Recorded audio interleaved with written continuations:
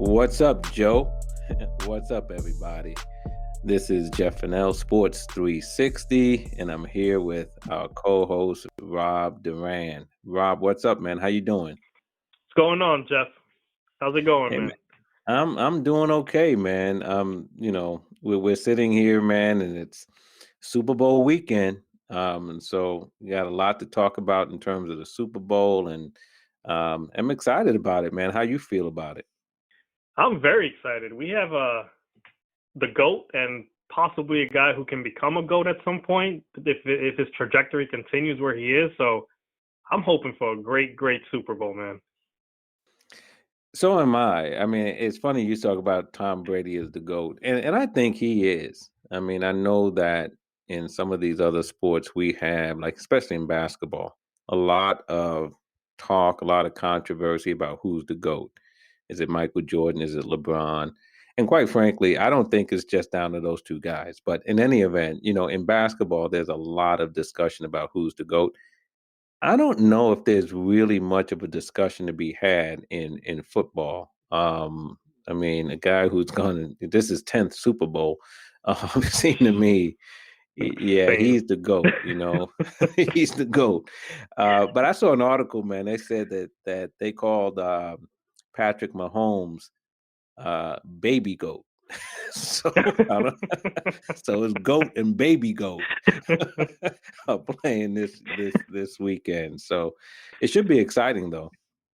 It definitely should be, man. And listen, Mahomes is something special, and he just every week is something new with him, and it just is jaw dropping stuff. Whether it's the trick throws or the trick plays or something going on, it's always something exciting with Mahomes. And then Brady, listen, man, I'm a Jets fan. So I've suffered 2 decades of Brady just continuously winning Super Bowls while the Jets do nothing. So, it's nice to see him in the Super Bowl without a Patriots uniform. But listen, man, I'm ready for Sunday. Yeah, so am I. And there's been a lot of talk about Brady, and we're going to get to it in a minute. We'll get into more detail, but a lot of talk about Brady coming over to the Bucks and whether he was going to be successful and whether or not it was Belichick or Brady that was responsible for what went on in New England with all those wins. And look, they were both there, and obviously they both were responsible for what went on there. But it doesn't look too good in New England when they brought in Yeah. Cam Newton, and now they don't even make the playoffs. But yeah, it's going to be exciting. And look, hats off to Brady for what he's done, and it's just undeniable. But we'll talk about that in a minute. But I want to pick up on where we left off last time because so much has happened, Rob, on the free agent front in baseball, man. Including today, as we're speaking here with Trevor Bauer signing with the Los Angeles Dodgers. 3-year deal, 102 million, 40 million this year, 45 million in 2022, opt-outs in each year. What do you think about that signing? And we'll get into all the others since we last spoke, but let's start with Bauer. I think that the Dodgers sat back and saw the San Diego Padres trading for Yu Darvish, trading for Snell, making all these adjustments to their roster, and they said, "Okay, I got one for you," and they go out and sign the biggest free agent on the market. Kudos to Trevor Bauer for getting his money. I'm always happy when players get their money, especially if they had the season that he had, and he deserves it. I'm never gonna do anything like that. I'm always on the player's side when it comes to getting their money. But I think for the Dodgers, all this does is solidify an already strong starting rotation. They're adding Bauer to Kershaw, who he's not the Kershaw of old, but he's adjusted the way he pitches, and he's making it work. A lot of these older guys have done that. You saw CC Sabathia do it. You see a lot of these older pitchers, where they're not throwing 98 anymore, and they adjust and they make it work. And that's where Kershaw is now. They have Walker Buehler, who's a stud. And he could be a Cy Young candidate every year. And then they have David Price coming back, who obviously he opted out last season, but we'll see where he is. But he's also a good mid-rotation piece right now. So I think the Dodgers are in a position to repeat as they currently stand right now, because they're offensively, I'm not worried about them. They still have Mookie Betts, who's a top 3 player in the league, maybe top 2. Cody Bellinger, who's still a stud and can do his thing. And I'm not worried about the Dodgers at all. They're going to be where they're going to be, and I wouldn't be surprised if they end up as champions again. Yeah, I wouldn't be surprised either. I do think though that I do think that offensively they may need to do a little something. But because, and I say that because Kike Hernandez and Jock Peterson are gone, and I think, Yeah. that took away a little bit of depth from them. Given, Jock Peterson was a contributor, Kike Hernandez, could play different, positions and things of that sort. And, I do think they have to try to figure that part out. But in terms of the signing of Trevor Bauer, as you said, it just makes a pretty good rotation that much better. Yeah. And I think I'm telling you, I think people are sleeping on David Price, I think so because some too. people have forgotten about him. They've even forgotten that he's on the Dodgers because, as you said, he had opted out last year. But it's going to be interesting to see. With a year off, does he come back? Fresher than everybody else. You know what I mean? And does that help him? And like you said, Kershaw is reinventing himself. Yep. And to a certain extent, I think Price has been doing that as well. And when you're talking about coming from the level that both of these guys are coming from, even, a reinvented Kershaw and a reinvented David Price is better than a lot of guys at their very best and at their peak. Yep. And then you add Bauer, and then, as you said, to me, probably the best one of all is Bueller. And so that makes them pretty tough. But what about this? The reports were that the Mets offered Bauer more money, but he still went with the Dodgers. What do you take from that? I think he was trying to get more money out of the Dodgers, possibly. But I think Bauer is from the West Coast, so I think he just wanted to go home and stuff like that. And I think the allure of the Dodgers and how close they are to a championship, or closer than the Mets, I think that was part of it. Bauer's a guy who just wants to win. It seems like he just wants to put the uniform on, have fun, play the game, grind it out, and win. And I think where the Dodgers, have been to the World Series a few times in the past few years, finally got over the hump and won it last year.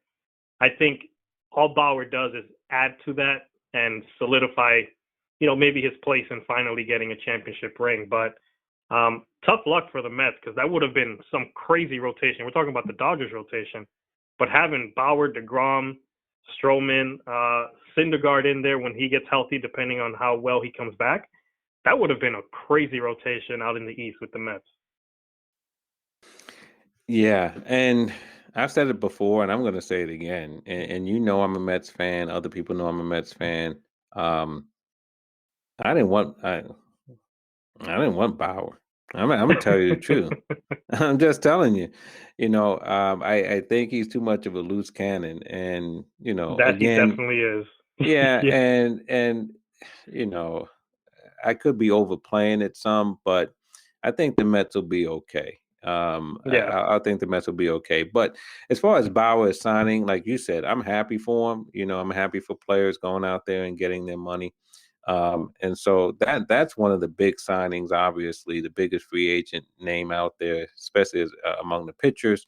And he now has landed. But Rob, the last time we were speaking, we went down a list of people, of players who hadn't signed yet, right? Real Multo, Simmons, Simeon. There were probably a few others that we were going through and said, hey, these guys haven't signed. What happened? And then about 2 or 3 days later, all these guys were signing. So, what take us through the market and what you think with some of the bigger signings that have come down in the last 10 days or so. I think they're listening to us, Jeff. I think that's what it is. But I like the Simeon signing. I think we spoke about him in pretty good detail of how underrated he seems because he doesn't get this attention, even though he's progressively gotten better every single year on both sides of the ball. So I think that's a huge signing, and I also like the Simmons signing with Minnesota because Minnesota's defense was historically great last season, and adding Simmons, who may be one of the best defensive shortstops we've ever seen, to that roster and to that defense makes them that much better, and that helps the pitching staff out. And they also signed Nelson Cruz back, so Minnesota shored up that defense even more, continued to get that power, and Simeon with the Blue Jays, great signing there. I love that signing for them.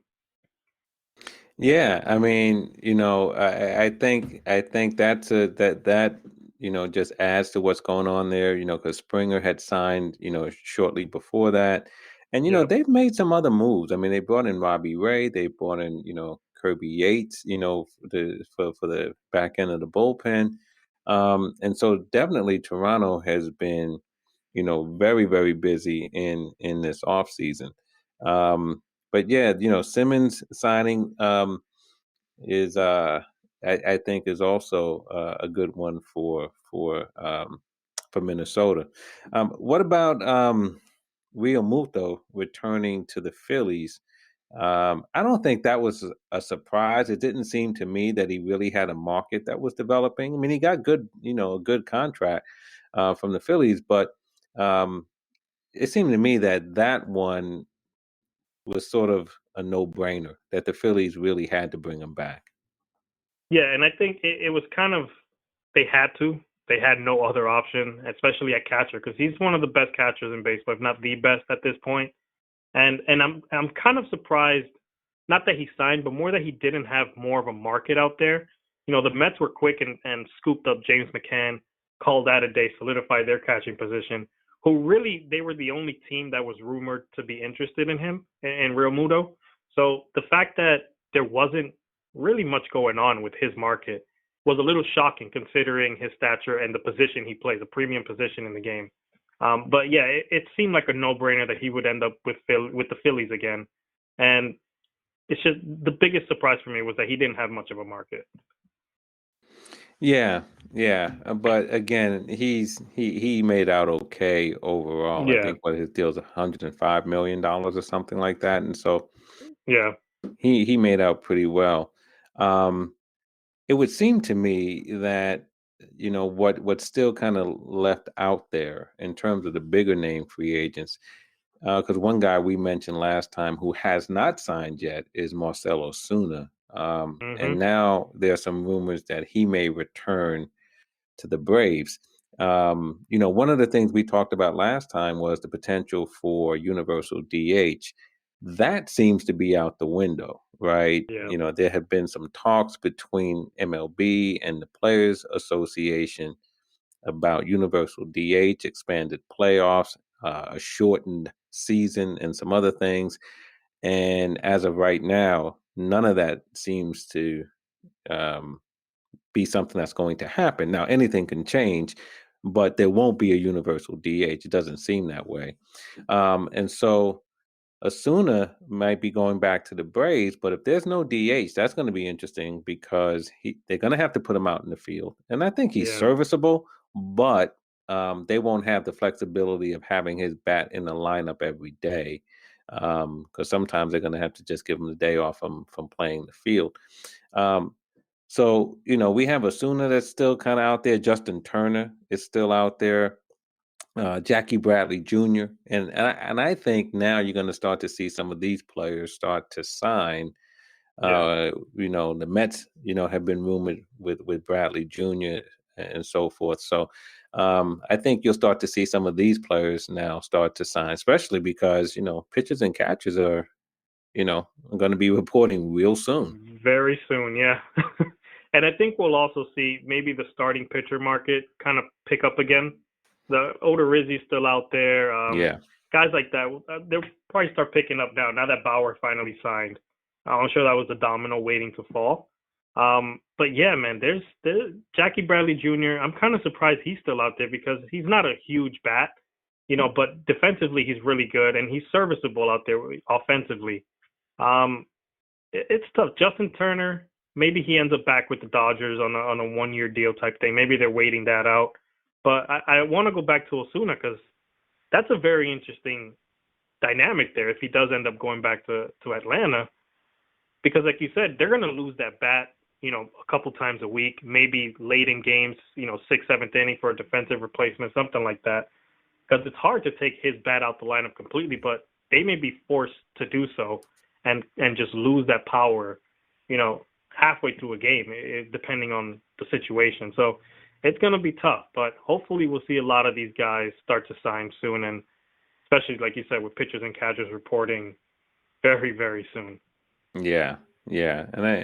So, we'll see what happens there. But one other baseball note, before we turn to talking about the Super Bowl, and Rob, you and I talked about this, offline, and it's, we've had now 2 stories coming out of baseball of, high-ranking baseball officials, right? One a GM, the other a manager, Jared Porter and Mickey Callaway, who have gotten into some real hot water over some inappropriate conduct toward female reporters. Jared Porter got fired a few weeks ago. Mickey Callaway, who's now with the Angels as a pitching coach, is suspended because of some allegations of improper conduct that took place allegedly over 5 years. He's denying it. He's denying the conduct. Jared Porter admitted to it, and he got canned. But first of all, man, just generally, what do you think of these stories, man? Because I will tell you this, for both of these guys, and again, Porter admitted to it. Callaway, is in denial mode, right? But these are both guys who are men in positions of power in baseball, who were, reportedly in Callaway's case, and for Porter, definitely abusing their power, right? Yep. Where they're making all kinds of unwanted advances toward female reporters and sending Mickey Callaway's shirtless photographs and Porter sending all kinds of lewd text messages and things of that sort. And it's abuse of power and making it very difficult for these women who are professionals to do their jobs. Yeah. And so for me, this type of stuff has no place in baseball, has no place in the workplace, has no place in our society. And, Porter needed to go. And if the allegations are proven to be true and there's investigations underway into the Mickey Callaway situation, he needs to go too. Yeah, I 100% agree. Honestly, I think I would have cut Callaway instantly. Just because the allegations, I think, for me are enough, and they're a fireable offense, at least for me. I know they're going to do their investigations and go through all that stuff, but for me, I would have just cut bait right away. But I think there's bigger issues that lie behind what they do, and I just want to speak real quick about the kind of stuff that women have to go through, especially in the sports industry, because they're already, in society in general, underpaid, all that stuff. But in sports specifically, they're already a few steps behind men, because they're women. That's the only reason. A lot of women are definitely qualified to have some of these roles, or even more qualified than some men that are in these positions. And they don't get the opportunity because they're women, and it's the guys stuff.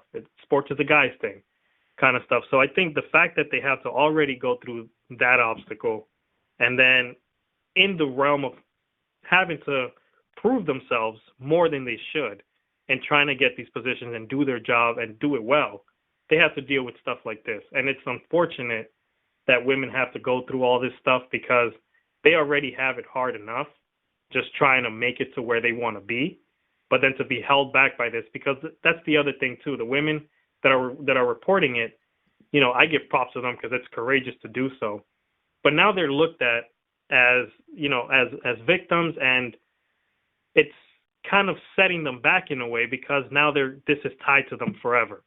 So then they're put in the tough choice of, do I not report this and try to make it on, continue my path, or do I report this and then now people are going to look at me like weak or something like that? You know what I mean? And it's unfortunate because, like I said, there are so many women who are so qualified or overqualified to be where they are and to be further than where they are. And just because they're women, they don't make it. And it's unfortunate these guys think that it's okay to abuse their power and abuse, all this other stuff that they do. And it's just not okay, man. There's no place for that anywhere. No, it's not. And the other part for me is I look at this as two things. One, clearly abuse of power, right? There's an uneven relationship here, because these are reporters who are covering, the game, covering the team, trying to do their job. And, Yeah. You have someone who is an important part in helping them do their job, right? Because they need interviews and information and so, right? If they're going to report on the team. And the idea that they're put in a situation of, uh, maybe having a denial of access to doing their job, right? Interviewing and getting information and so forth, because they won't go along with inappropriate suggestions and conduct, Yep. really puts them in a situation of, okay, if I say no and if I report it or if I don't go along with it, then I'm cut off from having access to what I Yeah. need in order to do my job, or I give into it, right? And then my reputation is ruined, right? And Yeah. and so forth, so, and that shouldn't happen. But No, not at all. the other part for me, Rob, is this. I believe that for anyone to do this, any man to do this, it smacks of privilege, okay? And it smacks of a privilege that as a black guy, I don't understand. Because see, I couldn't think about doing something like that, for years, as in in Mickey Callaway's case, or in Jared Porter sending 50, 60 lewd text messages. I couldn't think about doing something like that. You know why, Rob? Because I can do innocent things as a black man in this country and be suspected of doing something wrong. Yep. Okay. I can do innocent things and be suspected of doing something wrong. And so there's no way on God's green earth I'm going to be doing something like that and be thinking like Callaway and Porter that somehow I'm going to get away with it. Because for these guys to do it for so long, they must think they're bulletproof. They must think that if they say something, no one's going to believe them. I can just deny it, or it'll be covered up or whatever. Because how else can you think that because Rob, think about what's going on. These guys are sending text messages, man. In Yep. other words, the evidence is going to be there. Yeah. This is not even secret, right? Because you send a text message, that means someone else has it in their phone. Okay. Yep. Yep. And There so forever. Once you hit right. And so, send. yes. And so to do this, you must think that somehow you're bulletproof. And as I said, I can't ever think that way because, well, I'll tell you a story. A few years ago, I was in Tampa. I had a salary arbitration case. And I had a client, we had our case coming up in about 2 hours, right? And I had sat down and I ordered lunch, and my client wanted to put the presentation together. Usually that's something I would do. He wanted to save some money or whatever, so he wanted to do it, right? And he was staying at a hotel that was about about a mile and a half away. And the hearing was going to be held at the hotel at which I was staying. So I went, it's about 2 hours before the hearing. So I went to have lunch. I ordered my lunch. He calls me frantically. Jeff, I just got back from the printer with the presentation. I need help putting it together. Right. So I get up from the table, I go cancel my lunch order, and I start running down the streets of Tampa, right? Because it's about about a mile away, mile and a half away, and the hearing is coming up now in less than 2 hours. I'm running down the streets of Tampa, and then I remembered something. I remembered I was black, and I said, "Wait a minute, I'm a black guy." Running down the streets of Tampa in the middle of the afternoon, right? And I said, Yep. this doesn't look good. Now, I'm doing something totally innocent and legitimate. I'm trying to get to a client to help them. But I had to remember, I'm a black guy in America. I said, I need to slow down, right? I can't be running down the street. Well, I'm telling you the truth, man. This is what went through my head, right? And see, so because there's so many men of color who think that way, they're not doing. I'm not saying no men of color have ever done what Mickey Callaway and Porter have been, charged with doing. I'm not saying that. I'm not trying to do that, right? Because these kind Yeah. of things know no bounds in terms of color and ethnicity and that kind of thing. But if you want to talk about who's more inclined to do it, I'm telling you, I believe it's going to come from guys who not only have something twisted going on in their head, but they also believe that they have a privilege and a right to do it. And all I'm saying is, when I know I can't run down the street in Tampa, or I can't walk into the store and act a certain way because someone's going to suspect me, even if I'm doing nothing, all I'm saying to you is that idea that these two guys must have had, that I can do this and get away with it, I don't understand it, because that's a privilege that I know I don't have. Yeah. And it's unfortunate that that's the way society is. That these guys think that it's okay because whatever, if I get caught, like you said, if I get caught, I'll just deny it and I'm okay. I'll find, if I get fired from here, I'll get a job somewhere else. I'll Right. be okay. Right. And that just straight up, it just sucks. Yeah. Yeah. And so, I mean, to me, like we said, man, there's no place for this kind of stuff. And, we'll see what happens with the Callaway situation. And we'll see if this is going to be the end of it. I would tend to think not, because sometimes, once the ball starts rolling in a certain direction, when Mm-hmm. women begin to speak out and get up the courage to do so, you find out that it's more and more will step forward, and so we'll see what happens. But this is a black eye for the game. And one last thing I will say: can the Mets hire somebody to do some background checks here, please? I mean, really, man? I mean, Jared Porter was their GM. Mickey Callaway at one point was their manager. And some of this Yep. conduct took place during his tenure with the Mets, but also took place allegedly, prior to him being hired as the Mets manager when he was with Yeah. the Cleveland Indians as a pitching coach. So it was out there. Can the Mets get somebody to do a thorough background check? I mean, really, man? They should hire the FBI at this point, Justin. They got to do something. They got to do something, because whoever has been charged with vetting their candidates, they have not done a good job. But No. my goodness. All right, so Super Bowl, man. Brady and Mahomes, the Tampa Bay Buccaneers, I think a little bit of a surprise to many to be here. Kansas City, not so much. Straight up, first of all, who do you think is going to take this game? Ooh. So I've actually been wrestling with this since we last talked, where you said we're going to talk about this today. And I've been thinking to myself, and I've been going back and forth. thinking about who the heck is going to win this game, because both teams are solid teams, man. Like the Bucks defensively that front line of theirs is just beast mode, but then Mahomes can kind of do it all. I'll tell you what, I'm gonna go maybe against the grain a little bit. I think Tom Brady's gonna pull it off. Wow. I'm picking the Bucks. Wow. Wow. Yeah.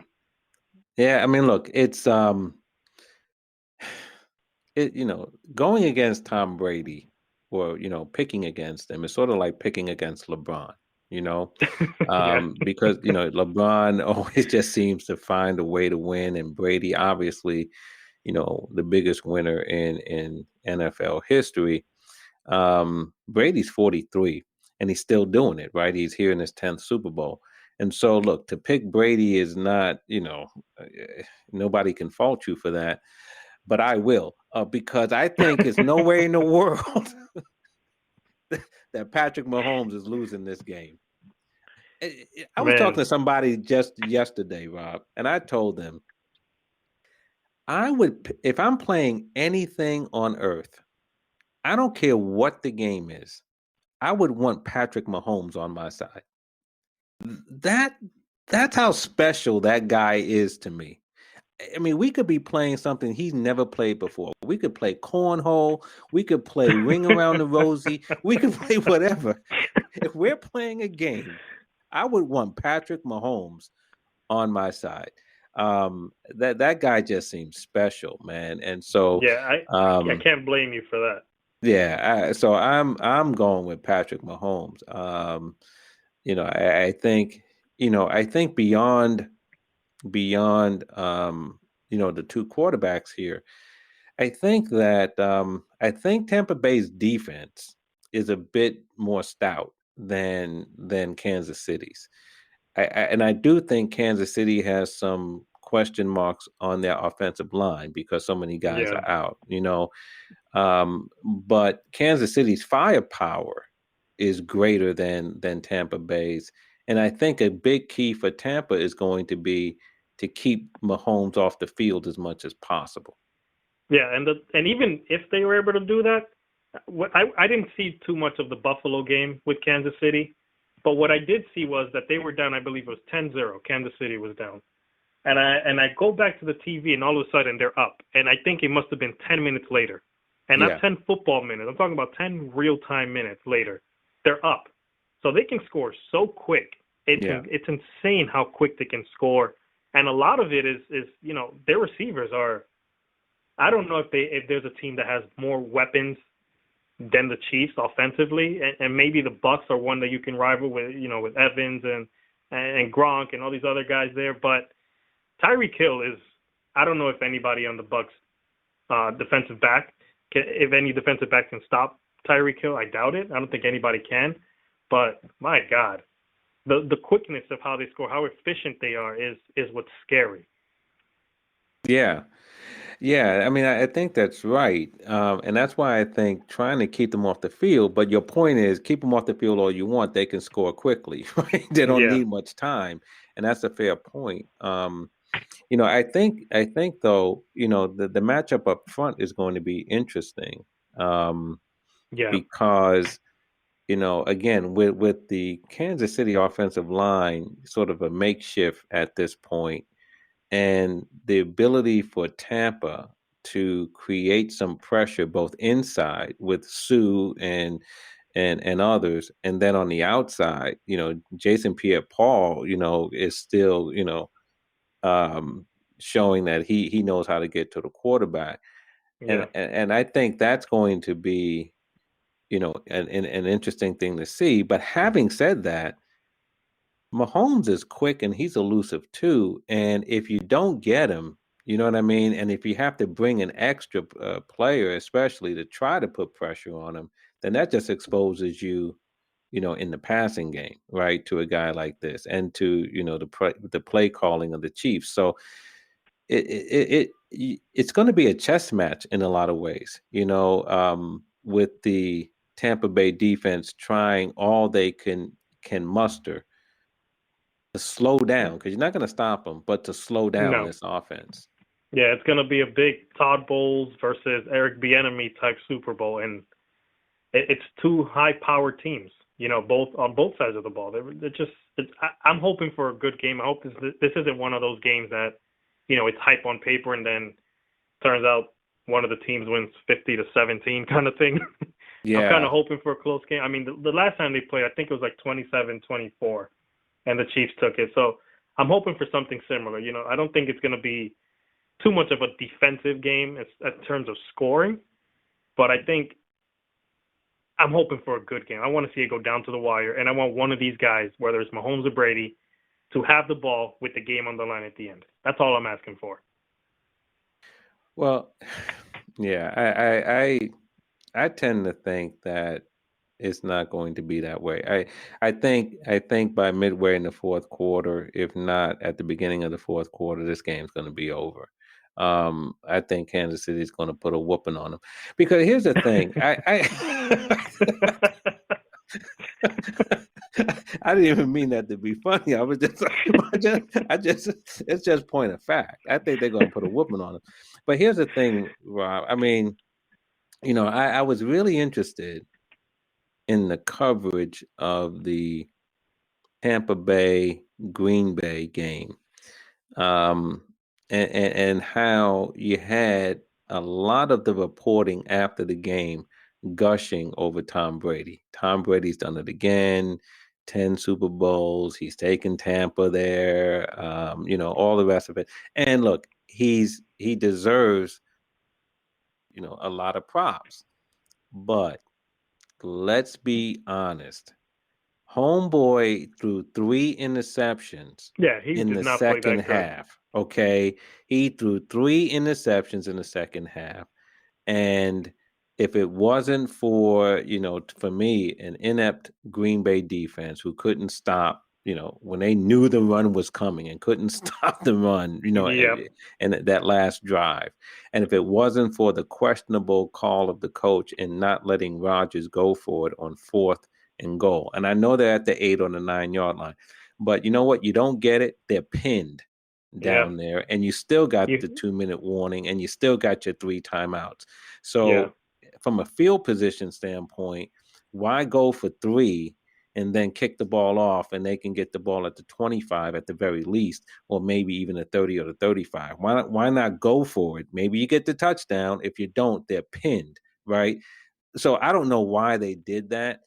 But there was a lot of things that kind of went their way. That little fluke touchdown at the end of the first half, when what in the world was the defensive back on Green Bay thinking? Oh, boy. And yet this game is still in the balance. And so I didn't Yeah. see Tom Brady like being great in that game, but yet some of the coverage would suggest that he was. And he was anything but. He can't play like that in this game. Oh, no, definitely not. If he plays anything like he played in Green Bay, then you're right. It's going to be a whooping. It's not even going to be close. And the game is going to, by halftime, I think the game will be over. But he has to play like he's been playing towards the end of the regular season, where Tampa Bay went on this run. And I think a lot of it has to do with comfort. We forget that they didn't have an off season at all. And he's a new team, a bunch of new pieces on this team. And it was a new system for him up until they kind of figured out, all right, let's let Brady handle the line of scrimmage towards the end of the season. But, yeah, if he doesn't play almost perfect, then we have an issue. And I think the same thing goes for Mahomes. I think Mahomes has to play, and it's just crazy to say, he has to be the best version of Mahomes that there is to take this game and make it convincing and just say, I'm here. I've arrived. Well, if you have a pen, I'll give you something to write down, so that you can have it and you can have it forever. And here it is: Kansas City 45, Tampa Bay 17. That's the score. Wow. You're giving me a boring game. Well, it depends on who you're rooting for. That's true.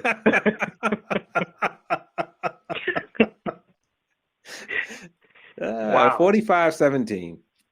Wow. Sorry. Man, Who's the halftime entertainment? the weekend. Okay. Well, yeah. Well, yeah. Yeah. So I would imagine that after the weekend is finished, his halftime show, the ratings are going to go down because this game's going to be over. Man, wow.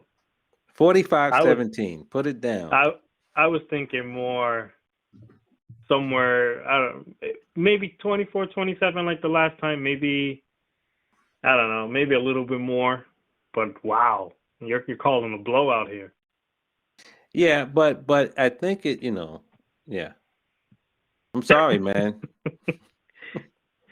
Hey, I I'm won't be mad. sorry. Listen, I had to see Brady win a lot of Super Bowls while I live in Boston.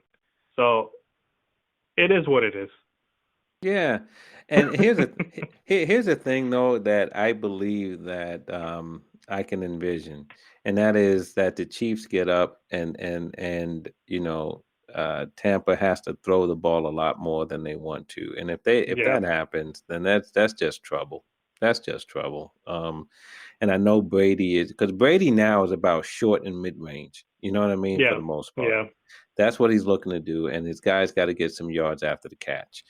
And you get down by a certain amount where you have to put the ball in the air a lot more than you want to. I just think generally that's not a good recipe. But yeah, man. So so I'll watch the game probably until like the midway point of the third quarter. But I will suggest that by that point, because it's going to be one of those games where coming out of halftime, you say, well, these next couple of possessions are going to be important for the Bucks. And then when they don't get anything and Kansas City puts a few more points on the board midway through the third quarter, the game's going to be over. Wow. Sorry, Rob. Hey, it is what it is, So right? just enjoy it for the first 2.5 quarters. It'll be just buy enough Doritos and nachos and all the rest of it. Tell the guy you get your chicken wings from, just give me enough for 2.5 quarters.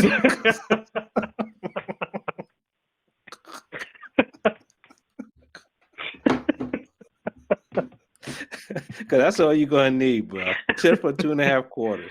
Man. Enough food for 2.5 quarters. That's all. Calling a blowout. Wow. I didn't Yep. expect that one, but we'll see. Yeah. I'm still riding with Brady, even though it pains me a little to say it, but I wouldn't mind Brady winning just to see him win and not a Patriots uniform. I'll take that. Yeah. I mean, I would. I mean, and again, only because I think Brady's won enough. I mean, Yeah. that's he's won enough, but more than that, though, on the more positive side, I just think Mahomes is obviously one of the more dynamic talents that we've seen in the Oh yeah. NFL. And I also think that, Andy Reid has done a great job, obviously with the Chiefs and all the things that he's gone through professionally and personally. Yeah. Definitely. You have to, you know, root for him. There's a part of you as a human being that you just root for that, for that and all the things that he has overcome. And they're just one of the more exciting teams in the league right now. A lot of Yeah. that goes back to Mahomes, but a lot of it goes back to the other players that they have too, because they are a dynamic bunch. Kelsey, great tight end. You talk about, you know, um, Tyreek Hill, and they're just a dynamic team. And so I'm just rooting for them, because of those factors. Exciting team, young team, um, and I've seen Brady do it before, and I never rooted for Brady. I was never a New England fan. But I do admire his greatness because it can't be denied. Oh, definitely not. And like I said earlier, take it from a Jets fan who's seen him firsthand twice a year, sometimes three times if the Jets felt like making the playoffs that year. The guy's the GOAT, and Yeah, I've always told people I hate the guy, but you have to be crazy to not say Tom Brady is the GOAT. He's yeah, just who he is, and the fact that he's still doing this at age 43, and he still has some zip on the ball every once in a while. So it's impressive. He keeps himself in shape. He's doing what he's doing. He's in his 10th Super Bowl for a reason. Yeah. So respect to him, man. Yeah. No doubt. But unfortunately, down goes Frazier and down goes Brady. Brady's gonna go down this Sunday. So baby goat for the win. Baby goat for the win. And let me ask you this: Did you write down the score I gave you? I didn't. What was it? No, that's okay. 40? Don't write it down. Too late now because you won't be able to use it against me. 45-17. All right. That's right. And I'm sticking with it. 45-17. That's right. So, but yeah, man, so it should be a good one for, 2.5 quarters, and then, we'll move on. We'll move on from there. So, all right, man. So listen, let's see what really happens because I'm just an amateur prognosticator here. Let's see what really happens. And let's come back on the other side and recap the game in our next show. So I look forward to doing that. But always a good one, man. And we'll see what happens, man. Enjoy the Super Bowl. Thank you. Yeah, I'm looking forward to just sitting back and watching it, man. I don't have a lot of things going on. Usually I'm in salary arbitration right now, and I have one case and it's over, and I'm glad. And so now I can enjoy the Super Bowl. So let's sit back and relax and take it all in. So I hope you do the same, man. Enjoy it. And let's come back, and do a recap and see who was right on this one. Sounds like a plan. 45-17. I wrote that down. All right, man. All right, so I'll catch you next time, man. We'll come back and we'll do the recap, but enjoy the weekend, and we'll talk in a couple of days. Sounds good. Take care, Jeff. All right, you too.